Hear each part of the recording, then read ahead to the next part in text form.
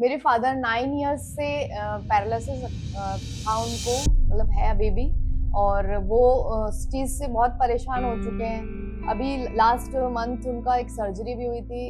मेरा नाम नमिता है, मैं जयपुर से बोल रही हूँ। मेरे फादर जो है उनके लिए मैंने एक बहुत टाइम से मैं एक है ना कंफर्टेबल उनके लिए बेड सर्च कर रही थी, जिससे कि वो मैं उनको उठा नहीं पा रही थी क्योंकि उनका थोड़ा सा वेट ज्यादा था, या कहूँ कि मैं कैपेबल नहीं थी उस चीज के लिए। मेरे हस्बैंड मेरे साथ में लगते थे पूरा टाइम, उनके साथ में मैंने उनको मैनेज किया। दिक्कत है ना, यही हो रही थी कि ना जब मेरे एब्सेंस में है ना वाइफ को है ना बार बार उनको उठा के बिठाना और उनको है ना कैरी करना बहुत टफ होता था।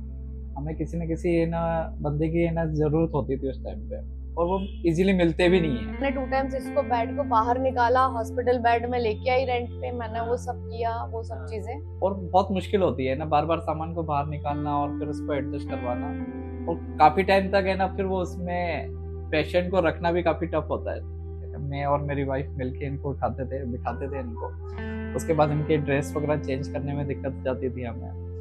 तो ये प्रोसेस है ना, अगर डेली रूटीन के उसमें देखें तो 4 से 5 बार हमें ये चीजें करने की जरूरत होती है। इनको खाना खिलाते समय, कपड़े चेंज करते समय, इवन दोनों टाइम के लंच और डिनर दोनों टाइम पे भी हमें ये काम करना होता था। इवन जब है ना कुछ इनके नीचे डायपर वगैरह ये सब चीज चेंज करने में भी हमें दिक्कत रहती थी। बट मैंने बहुत ऑनलाइन भी सर्चेस करे, मुझे एक अच्छा बेड मिल जाए। कुछ रिक्लाइनर्स, हाफ रिक्लाइनर्स मैंने सर्च करा, बट वो भी कंफर्टेबल नहीं रहा। मैट्रेसेस में इतनी प्रॉब्लम आ रही थी कि किसी में गड्ढा हो गया, किसी में वो खिसक रहा था अंदर। तो इस तरह का कोई ऑप्शन मिल जाए जिसमें कि बार बार वाइफ को उठाने की जरूरत नहीं पड़े और हमें हेल्पफुल रहे वो, इसलिए रिक्लाइनर बेड हम है ना काफी टाइम से सर्च कर रहे थे, और मोर केयर का हमें जो ऑप्शन मिला है बहुत बेस्ट मिला है। मैंने मेरे फादर के लिए परचेज किया।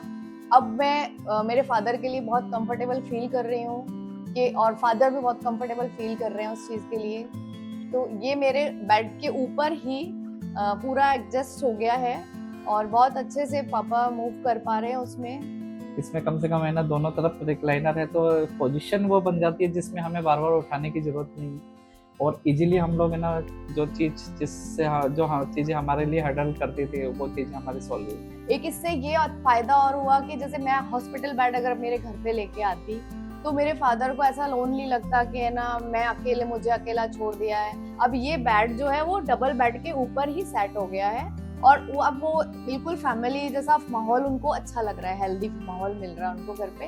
तो मैं उनके पास ही रहती हूँ, मेरे फोन के पास ही सोती हूँ, तो वो झट से मुझे ऐसे हाथ लगा के, अरे उठो बेटा मेरा ये काम कर दो।